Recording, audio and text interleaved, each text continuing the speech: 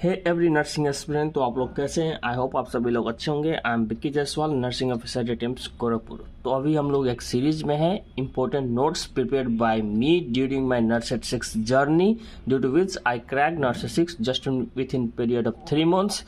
तो I hope आपके लिए भी ये नोट यूजफुल रहा, क्योंकि ये मैं आपको डायरेक्टली प्रोवाइड कर रहा हूँ एज इट इज, जैसा का तैसा। ठीक है, तो समझने की बात यह है कि इस नोट में हर एक पॉइंट या तो एक क्वेश्चन है, अपने में ही एक क्वेश्चन है, पूछा हुआ क्वेश्चन है, और वेरी वेरी इंपॉर्टेंट है for upcoming nursing officer future vacancy. और ये मैं कहाँ से कलेक्ट किया हूँ, तो ये आपको बता दूं कि मैं टारगेट हाई PR हदफ के थ्रू गया था, और वहाँ पे जो भी मेरे को पास्ट क्वेश्चन मिला, जो मतलब रिलेटेड एक जगह पे कलेक्शन किया for my easy last point revision, वहाँ से लिया हूँ टारगेट हाई PR हदफ। एंड एक्रॉस इंडिया कोई भी नर्सिंग ऑफिसर का वैकेंसी हो, आप देखेंगे कि 20 to 30%, 25 to 30% question will be from my note when I complete थ्रूली। ठीक है, तो आप एट फर्स्ट ईयर में हो, सेकेंड ईयर में, थर्ड ईयर में, फोर्थ ईयर में एज प्रिपरेशन कर रहे हो नर्सिंग ऑफिसर, नर्सिंग कंप्लीट करने के बाद, नो मैटर यदि आप फ्यूचर में नर्सिंग ऑफिसर बनना चाहते हो, तो this note is going to be important for you. तो I hope you will enjoy it. So बिना कुछ देरी चलते हैं आज के वीडियो पे, और आज का वीडियो रहेगा part 1 of from abbreviation and ये जो ट्रिक्स, निमोनिक्स, एब्रिविएशन जो भी बोल रहे, मेरे 2 पेज आज कवर करूंगा। ठीक है, एब्रिविएशन शॉर्ट फॉर्म। ठीक है, तो इसमें ये रहता है कि कोई अपना भी बना के रखा रहता है जिसमें वो कंफर्टेबल रहता है। मैं ये शॉर्ट फॉर्म बनाया, किसी ने और निमोनिक बनाया हुआ। आप अगर अपने वाले में कंफर्टेबल हो तो प्लीज अवॉइड इट। यदि लगता है कि नहीं ये वाला सही है, तो आप इसको ग्रहण करें, किसी एक निमोनिक को पकड़े। ठीक है, ताकि आपको एग्जाम में कंफ्यूजन ना हो। सो बिना कुछ देरी चलते हैं अपने वीडियो पे। सो ये रहा KINAE, KINAE, K more in intracellular and sodium more in extracellular, potassium more in intracellular and sodium more in extracellular। ये रहता है। ठीक है, नॉर्मल है कि इंट्रासेलुलर में कौन सा ज्यादा मिनरल रहता है, सोडियम पोटासियम दे देगा 3-4, पोटासियम सबसे ज्यादा रहता है, एंड सोडियम इन एक्स्ट्रासेलुलर है। देखिए, potassium in intracellular maintain osmotic pressure, इसका फंक्शन भी रेशनल, और सोडियम मोर इन एक्स्ट्रासेलुलर रहता है, एंड ये करता है maintain fluid if excess can cause oedema. Maintain fluid if sodium और ज़्यादा हो गया, मतलब सबसे ज़्यादा तो है ही, ऐसा क्वांटिटी और ज़्यादा बढ़ गया तो इडेमा हो जाता है, क्योंकि ये मेंटेन फ्लूइड करता है। सोडियम एक्स्ट्रा सेलुलर में फ्लूइड मेंटेन करता है। ठीक है, both maintain fluid balance, potassium and sodium both maintain fluid balance. अब इंट्रासेलुलर में सोडियम पोटासियम ज़्यादा, एक्स्ट्रा सेलुलर में सोडियम ज़्यादा। KINAE। ठीक है, उसके बाद ये वाला ऑलरेडी पढ़ा चुका हूँ, वेंचुरी मार्क्स का कौन सा कलर कोडिंग, कितने लीटर ऑक्सीजन देता है, कितने लीटर पर मिनट, एंड कितना % ऑक्सीजन देता है। ऑलरेडी मैं ये उस वाले नॉर्मल वैल्यूज में कवर कर दिया था, इस बार मैं एक बार बता देता हूँ। BWO/YRG, blue, white, orange, yellow, red, green, और कितने % ऑक्सीजन देता है। ईच कलर कोडिंग 24, 28, 31, 35, 40, 60, एंड कितने लीटर पर मिनट देता है। 2 से 4, 2 से 4, 4 से 8, 6, 8 से 10, 10 से 12, 12 से 15, यानी कि 2 8 करते करते जाना है। यहाँ पे देखिएगा 2 4 8 नहीं है, 2 2 4, 4 to 6 है। मैं छोटा छोटा अक्षर में लिखा भी हूँ, और ये मेरे नर्सिंग 6 में पूछा भी गया था। ठीक है, तो ये समझ गए होंगे। वेंचुरी मार्क्स, कलर कोडिंग, कितने लीटर पर मिनट ऑक्सीजन, कितने % ऑक्सीजन, और venturi marks usually COPD patient में यूज किया जाता है। ठीक है, नाउ नेजल कैनुला वाला मैं जो पिंक वाला है बस वही ट्रिक का है, नेजल कैनुला वाला नॉर्मल वैल्यू में पढ़ा चुके हैं। नाउ फायर, कहीं पे फायर लग जाता है तो उसमें हम लोग रेस वाला निमोनिक अप्लाई करते हैं। फर्स्ट रेस्क्यू करना होता है, उसके बाद अलार्म बजाना होता है, उसके बाद कन्फाइंड फायर होता है, यानी कि फायर को एक जगह समेटने की कोशिश करो, और उसके बाद एग्जिस्टेंस फायर। ठीक है, पहला जो रेस्क्यू कर सकते हो उसको रेस्क्यू करो, उसके बाद अलार्म बजा दो या हेल्प मांगो, उसके बाद confined fire and extinguish fire. ठीक है, तो ये वाला निमोनिक आप समझ गए होंगे। रेस पिंक जो भी है इसमें निमोनिक से रिलेटेड है।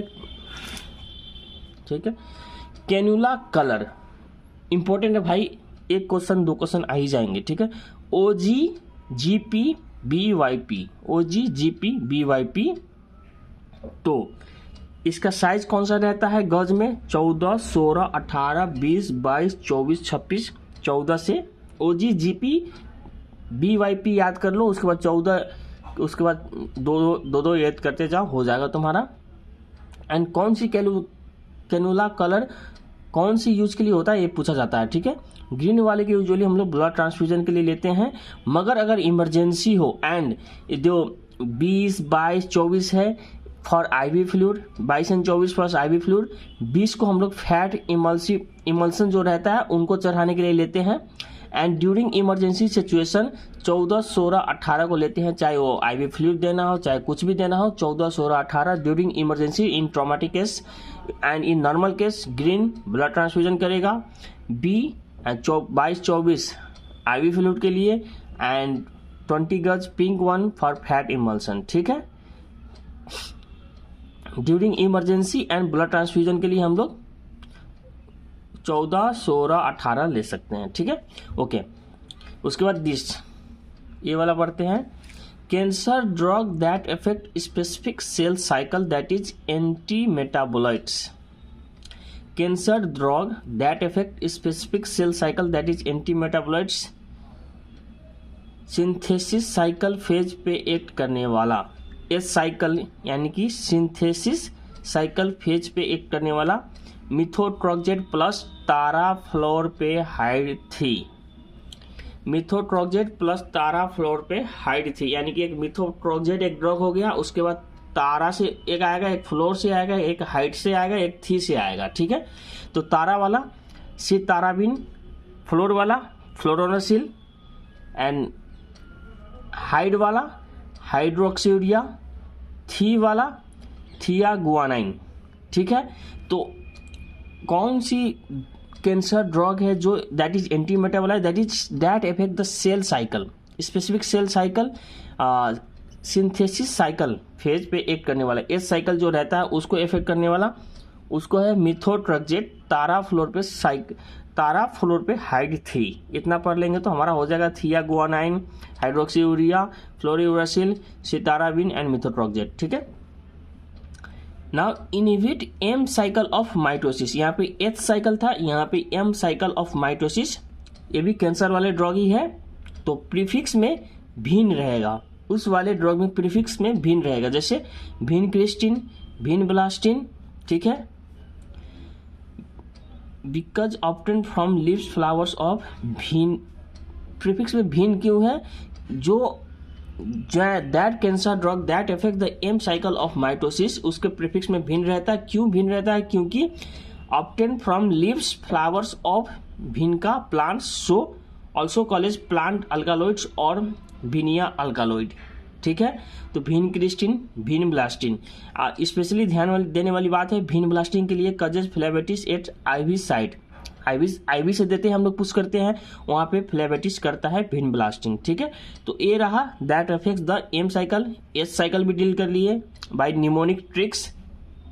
Now anti tumour antibiotic inhibit tumour growth by inhibiting DNA और RNA synthesis, example mycin and rubicin end वाले। एम साइकिल को इफेक्ट करने वाले के प्रीफिक्स में क्या था? भिन। एस साइकिल को इफेक्ट करने वाले मिथोट्रोक्जेट ताराफ्लोरपेहाइड थी।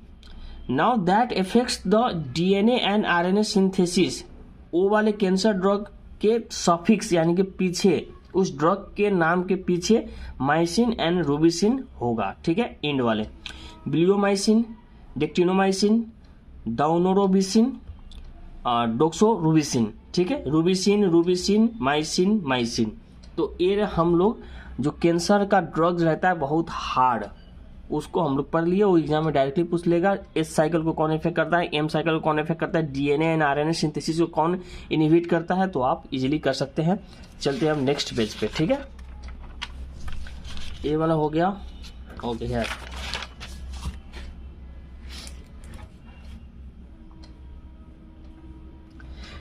RT radius light towards the thumb. मेरे को एक कंफ्यूजन होता था कि रेडियस किस साइड है, अल्ना किस साइड है, टिबिया किस साइड है, फिबुला किस साइड है, काफी कंफ्यूजन होता था।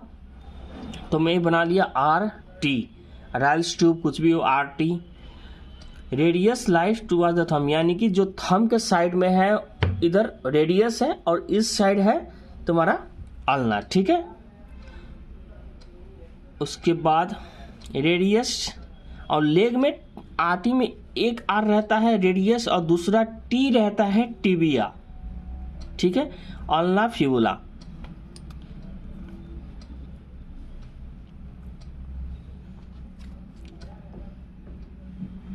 थंब के side radius and tibia, leg में भी जो थंब के साइड होगा टिबिया रहेगा और नेक्स्ट साइड फिबुला रहेगा। एंड हैंड में जो थंब के साइड है radius and other side ulna, ठीक है, ऐसे होता है ना रेडियस अल्ना। उसके बाद logged twins, first B then C। ABCD में पहले क्या आता है, पहले B आता है देन C आता है, ठीक है। So locked twin breech presentation first child and then cephalic presentation second child. Locked twins में प्रेजेंटेशन पूछा जाता है फर्स्ट चाइल्ड का कौन सा रहेगा, सेकेंड चाइल्ड का कौन सा रहेगा, तो पहले क्या आता है B आता है देन C आता है। So breech presentation first child, cephalic presentation second child. Now NG tube measurement, ये भी इंपॉर्टेंट क्वेश्चन है। NG ट्यूब कैसे मेजर करोगे, नेक्स, आप समझ लीजिए NEX, next nose then ear lobe then xiphisternum लाते हैं, ठीक है।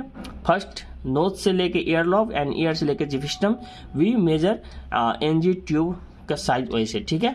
नाउ ये रहता है SLK LAP, ये हमको बहुत कंफ्यूजन करता था, सो मैंने ट्रिक बना लिया। जो भी मेरे को कंफ्यूजन करता था मैं ट्रिक बना कर रख लेता था। SLK is equal to lap, Salman Khan lap, ठीक है, सलमान खान लैप। तो S for scoliosis, L for lordosis, K for kyphosis. Then scoliosis का फीचर क्या है, लेटरल कर्वेचर। लोडोसिस का फीचर क्या है, एंटेरियर कर्वेचर।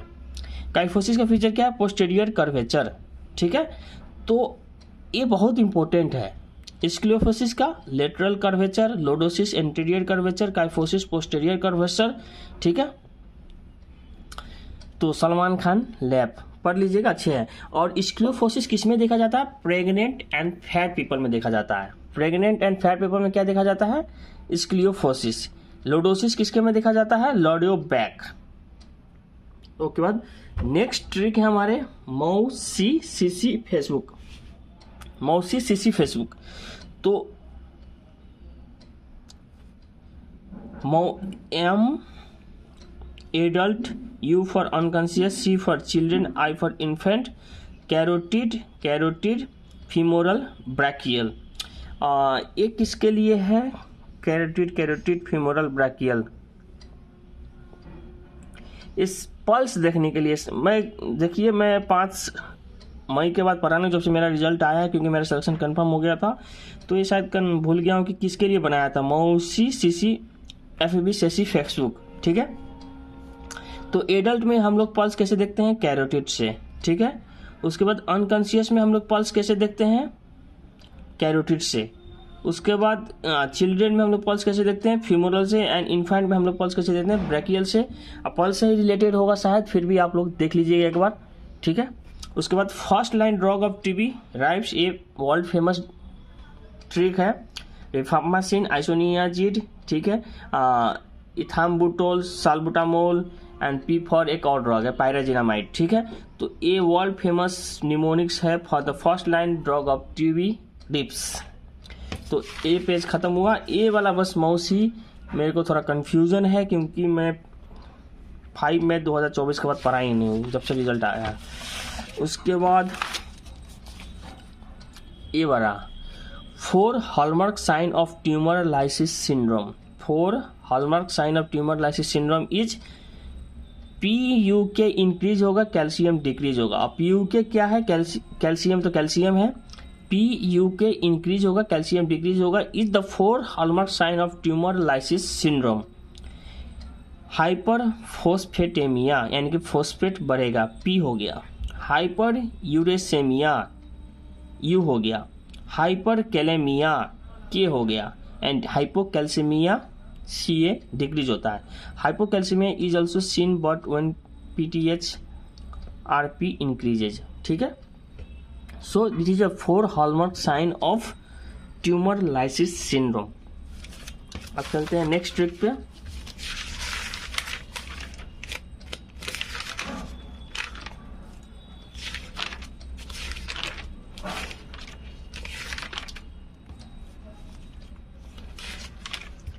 तो गाइज इस कॉपी का ट्रिक तो हम लोग ख़त्म कर चुके हैं ऑलरेडी।